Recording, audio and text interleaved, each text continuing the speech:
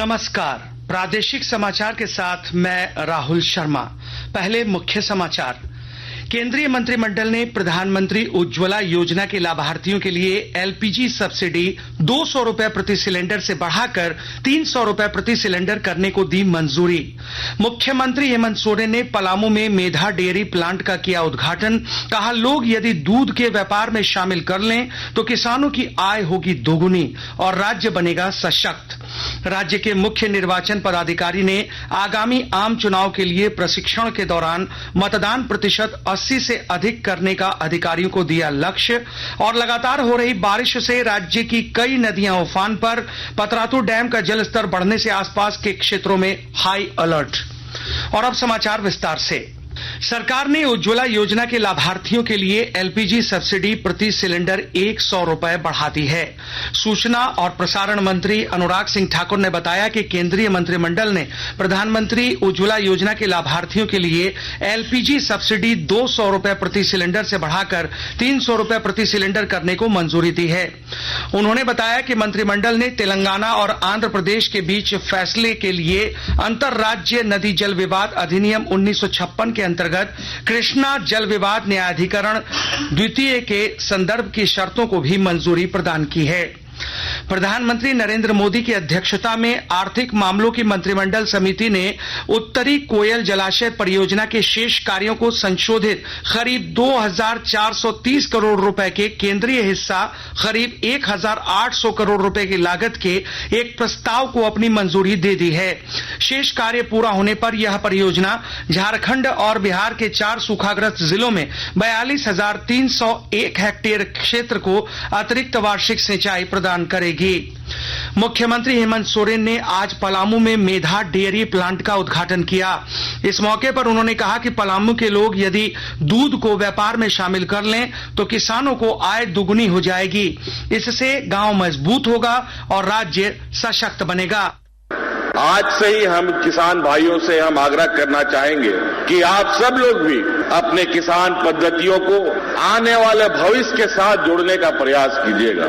आज आपके सामने इतना बड़ा डेयरी प्लांट का उद्घाटन हुआ है। अगर पलामू जिला के लोगों ने ये ठान लिया कि अब इस जिला में सिर्फ और सिर्फ दूध उत्पादन होगा तो ना जाने कितना डेयरी प्लांट हमें यहाँ लगा करके आपको देना पड़ेगा। और ये आप करके दिखाइए और हम आपको वादा करते हैं, एक नहीं अगर दर्जनों यहाँ डेयरी प्लांट की आवश्यकता पड़ेगी तो सरकार आपके लिए डेयरी प्लांट लगा देती है।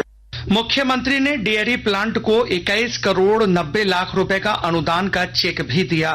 यह अनुदान की राशि प्रति 3 लीटर दूध के हिसाब से किसानों को वापस दी जाएगी।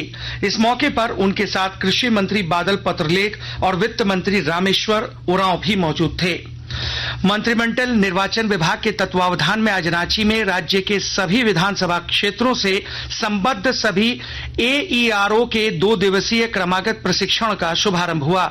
इस अवसर पर मुख्य निर्वाचन पदाधिकारी के रवि कुमार ने प्रखंड स्तरीय अधिकारियों से आगामी आम चुनाव में झारखंड में मतदान प्रतिशत को 80 से ऊपर ले जाने का लक्ष्य दिया। रांची के पुंदाग में कल क्षेत्रीय पासपोर्ट कार्यालय भवन का शिलान्यास समारोह आयोजित किया जा रहा है। कार्यक्रम में विदेश एवं संसदीय कार्य राज्य मंत्री वी मुरलीधरन बतौर मुख्य अतिथि उपस्थित रहेंगे।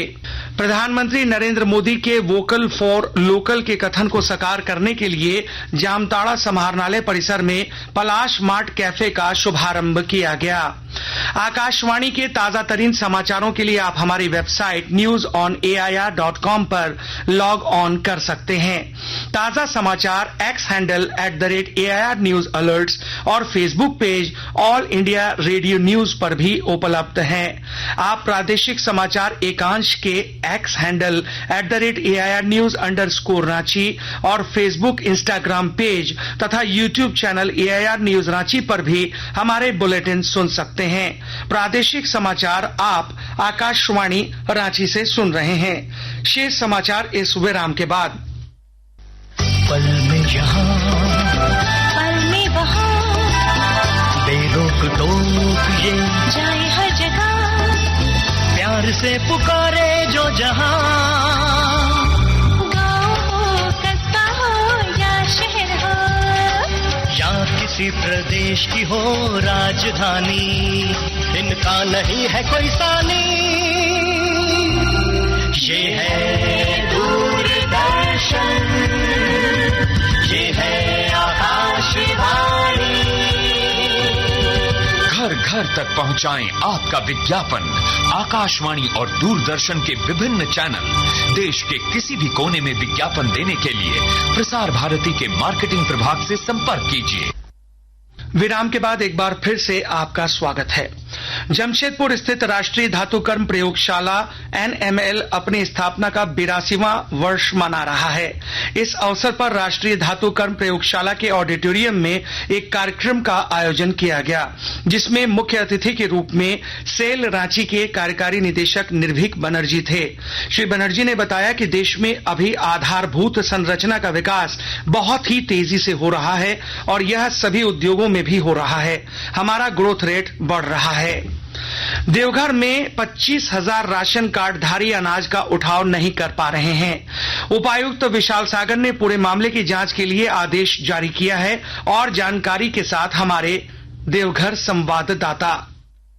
देवघर जिले में करीब 25,000 राशन कार्डधारी परिवार ऐसे हैं जो कि 6 महीने से लेकर 3 साल से अधिक समय से अनाज का उठाव नहीं कर रहे हैं। इसका खुलासा आपूर्ति विभाग की समीक्षा बैठक के दौरान हुआ।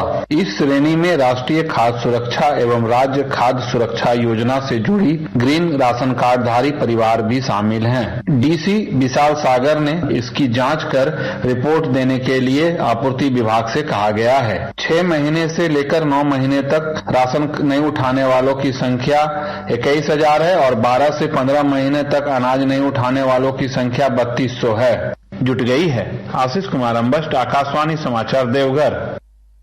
हजारीबाग एसीबी की टीम ने डाडी प्रखंड में पदस्थापित मनरेगा कनीय अभियंता सुशील कुमार केशरी को 10,000 रुपए रिश्वत लेते हुए आज रंगे हाथों गिरफ्तार कर लिया। कनीय अभियंता पर मनरेगा योजना से कूप निर्माण कर रहे लाभुक से 20,000 रुपए की मांग करने का आरोप है।